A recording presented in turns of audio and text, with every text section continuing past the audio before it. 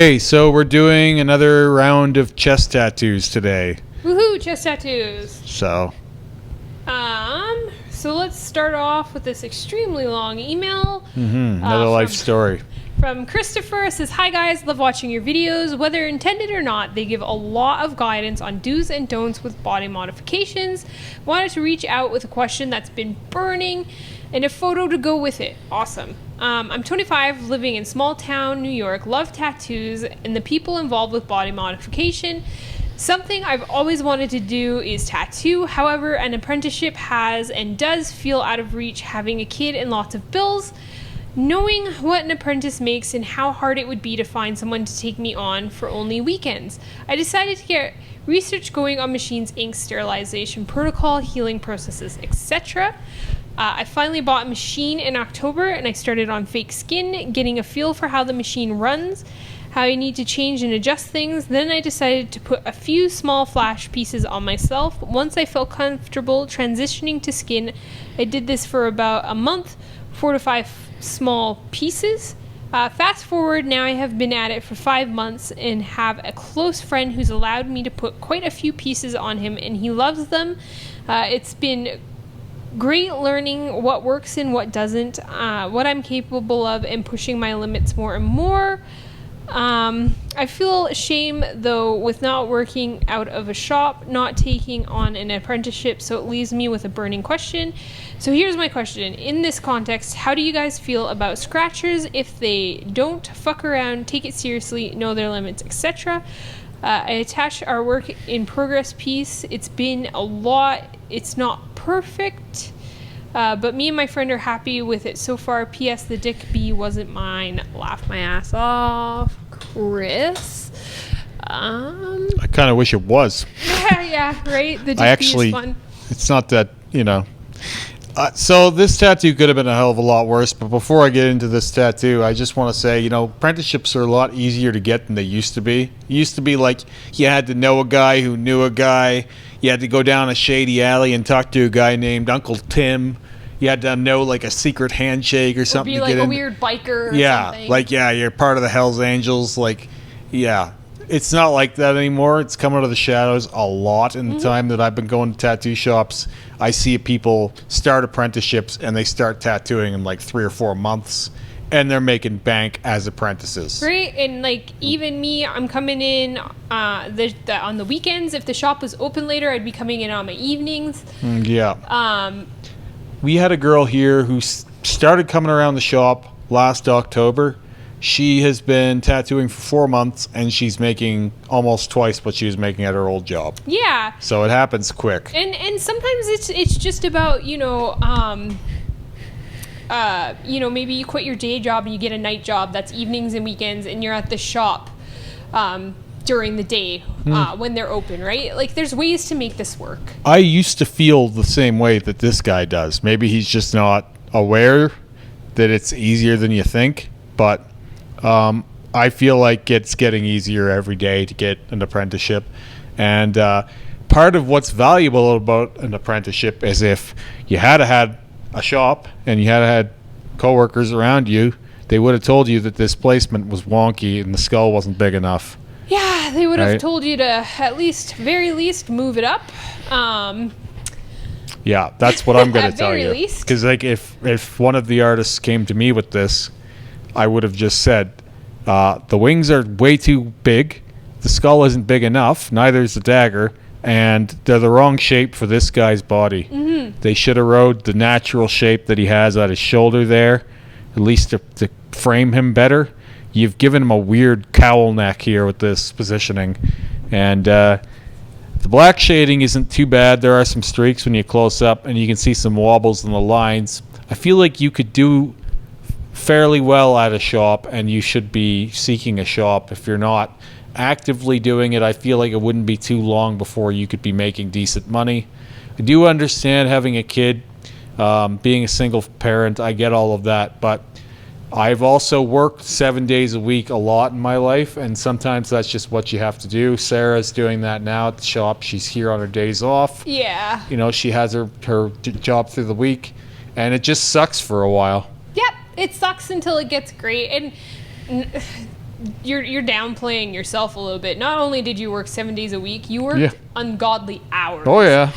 7 days a week. It wasn't like, well, that's how you buy a house when you're 25. It wasn't like a 9 to 5. You were working like 12 hours days. 12 to 14-hour days. Sometimes you got to do it. And I was getting up at 2:30 in the morning, and I was there sometimes till 7 or 8, even later at night. Yeah, and I think we're being a little unclear about how we feel about scratchers, but I think the biggest thing that I feel is that in a group environment, you would learn more. I think there's some things that you can't just learn on your own, and I think tattooing is one of them. I definitely think that tattooing yourself is a good idea, even if you are at a shop, because you get to watch your own work heal. And I feel like apprentices these days don't tattoo themselves nearly enough. If I was an apprentice and I had spare time during the day, I would be tattooing my own leg every time. I got a lot of legs. You're never going to have a better chance to see how your technique is working than when you're tattooing yourself. You're going to see how it heals. Yeah. You're going to feel how it feels. It's hard to send it when you're working on yourself, I'm sure. But at the same time, like, when you're not real sure of how your work's going to go, try it on yourself first, is what I've always thought. Yeah, and I think, it's part of why I trusted Terry, is he had 400 hours on his legs. Yeah, and I think a shop's going to be able to help you with, your lines and, how to get them straight and techniques. And I know there's a lot of videos and resources online, but an apprenticeship is an apprenticeship for a reason, right? So, yeah. So then we have this goofy chess piece where the guy is asking us more or less how to attach this to his arm, and all I want to say is good luck. Yeah, good luck. They're two distinctly different ideas. Yeah, you got like a trad arm and I think it's more like neo-trad. Well, people don't know the difference these days. My suggestion is throw some floral on your shoulder and connect it down, or do webbing. I feel like that's your only stars choice. and dots. I could see like a color background here, like maybe like a bright color background could kind of bridge the gap here, but you're going to need to put something, I feel like, on the side of your neck / clavicle area, because you've patchworked this, and it's hard to turn patchwork into a cohesive suit. That's part of the problem with traditional tattoos, is if you don't do them big enough, background is always going to be a question mark. Well, and traditional suits didn't really have a background. They had sort of a background, stars, dots, webs, but it's not going to be cohesive. Full coverage, I don't really think is always a thing that happens with traditional tattoos. Yeah, so. These pieces are also just very they're contained, like they are just their own little piece. Yeah, and I really, really, really want to yell at the artist that put this, allowed you, or so said dark. this was a good idea, just to shove it right on your chest. Put it on your arm, put it on your leg, put it somewhere that's not in the middle of a very valuable piece of tattoo real estate. I think you could have put so much on your chest, but now you can't. Yeah, because you have a that chest whole piece there. chest is kind of fucked now, unless you do the exact same thing the other side. It's oof. A little bit of a waste of space.